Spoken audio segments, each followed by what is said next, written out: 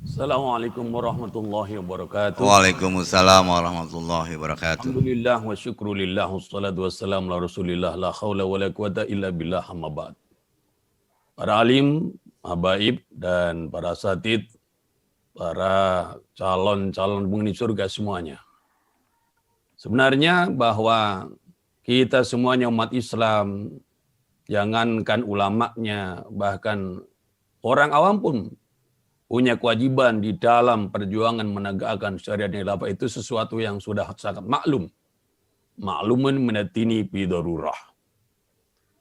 Jangankan kita pilih ayatnya, hampir semua ayat pun juga mengisyaratkan kepada perintah untuk menegakkan syariat dan khilafah itu. Misalnya kalau kita baca di dalam surat An-Nisa ayat 59, ya ayyuhalladzina amanu atiullah wa atiur rasul wa ulil amri minkum. Wahai orang-orang yang beriman, taatlah kamu sekalian kepada Allah, taatlah kamu sekalian kepada Rasul, dan kepada ulil amri di antara kamu sekalian. Di dalam Jamil Bayan, Imam Tabrani beliau menyatakan bahwa pendapat yang paling benar dalam memahami ayat ini adalah bahwa mereka yang disebut dengan ulil amri itu adalah para penguasa yang mentaati Allah dan mendatangkan maslahat bagi kaum muslimin.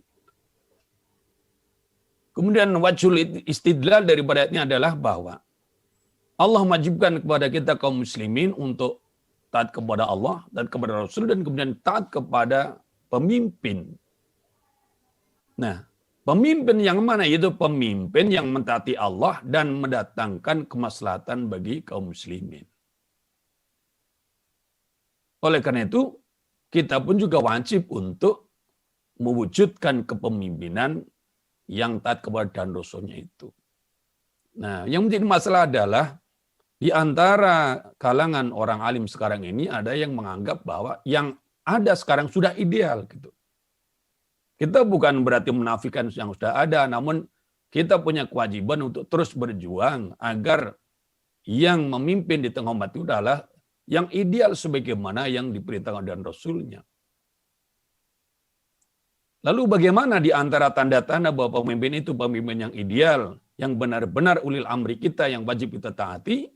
Di dalam kelanjutan ayat itu adalah fa in tanaza'tum fi syai'in faruddu ilallahi wa rasul. Maka jika kamu sekalian berselisih dalam satu persoalan, maka kembalikanlah ia kepada Allah dan Rasul. Dalam tafsir Jalalain sudah maklum semuanya, maksud dikembalikan kepada Allah adalah ila kitabi, kembalikan kepada kitab Allah. Al-Quran, wa Rasul, maksudnya adalah ya, ila sunnati, kepada sunnahnya Rasulullah SAW.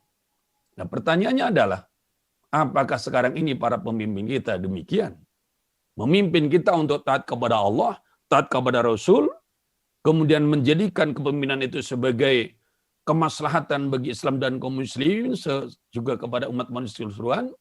Dan kalau kemudian terjadi perselisihan pendapat, maka dikembalikan kepada Al-Quran dan Sunnah. Nah, ini sesungguhnya yang membuat kita berarti wajib bagi kita memperjuangkan tegaknya kepemimpinan Islam yang ideal, yang semestinya.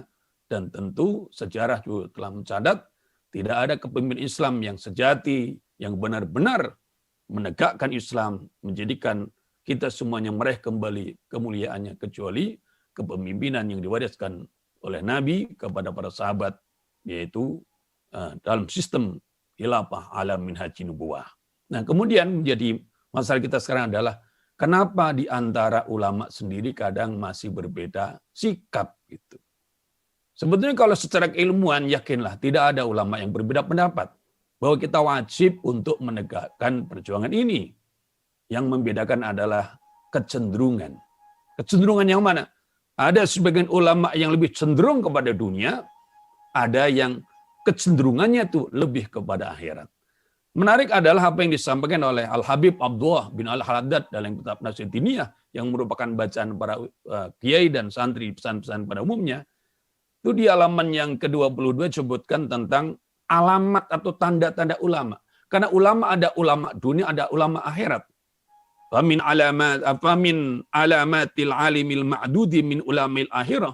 sebagian daripada tanda-tanda orang alim yang termasuk dalam ulama akhirat adalah begitu banyak sifat-sifatnya. Salah satu di antara adalah wala mu'thirun lidunya alal akhirah. Ulama akhirat itu adalah bukan orang yang mengalahkan akhirat demi dunia atau memenangkan dunia atau menangkan dunia dan mengalahkan akhirat. Ya, sebetulnya kita sekarang di sini masalahnya. Kita ini sedang fokus kepada semata dunia atau ingin juga kita sebagaimana doa kita Rabbana atina fid dunya hasanah wa fil akhirati hasanah. Jika kita semua mengendaki kebaikan dunia dan akhirat, insya Allah kita semua sepakat bahwa perjuangan menegakkan syariat adalah sebuah kewajiban. Belum lagi kalau secara pribadi kita semua juga sering baca bahwa kalau kita mati sementara kita ini belum ada satu baiat kepada pemimpin, maka kematian kita bisa termasuk dalam mitatan jahiliyah. Barang siapa yang mati dalam keadaan dia tidak memiliki baiat kepada pemimpin, maka itu adalah mitatan jahiliyah, kematian yang jahiliyah. Nah, kemudian ada yang bertanya, kan sekarang kita belum punya kepemimpinan yang patut kita baiat. Nah, disinilah pentingnya. Kita ikut di dalam perjuangan ini, sehingga kalaupun sampai mati kita ini belum juga memiliki seorang khalifah, seorang pemimpin dalam Islam yang patut kita untuk baiat dan taat kepadanya, insya Allah kematian kita, kematian husnul khotimah, kematian di dalam perjuangan dan jalan menuju apa yang kita wajibkan. Dan Rasul menyatakan, faman hamma bihasanatin falam ya'malha katabahu tabarata indahu hasanatan kamilah. Barang siapa orang yang sudah punya tekad, cita-cita untuk melaksanakan amal kebajikan, dalam hal ini misalnya adalah tegaknya syariat dan khilafah, lalu sampai mati dia belum juga bisa mewujudkannya, tetap Allah telah tuliskan di sisinya satu kebajikan yang sempurna, pahala sempurna perjuangan penegakan syariat apa didapatkan oleh hamba Allah yang punya niatan yang seperti ini. Insya Allah kematiannya husnul khatimah. Sungguh sangat menyedihkan kalau ada di antara santri, apalagi kiainya, yang kemudian wafat dalam keadaan tidak mendukung perjuangan ini. Atau wafat bahkan menentang perjuangan ini.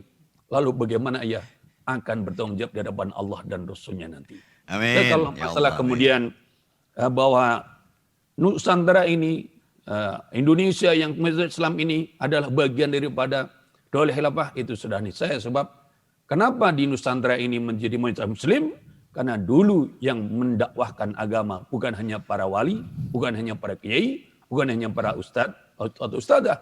Justru yang membuat Nusantara ini menjadi Majlis Muslim adalah perjuangan para sultan yang mereka setelah masuk Islam menjadi sultan yang juga menegakkan agama seperti yang disampaikan oleh pembicara sebelumnya. Memang tugas daripada seorang pemimpin adalah hirasatuddin wa siyasatid dunya bih. Amin. Jaga agama dan kemudian mengatur dunia dengan pedoman agama. Terima kasih atas perhatiannya. Mohon maaf atas yang berkenan. Wassalamualaikum warahmatullahi wabarakatuh.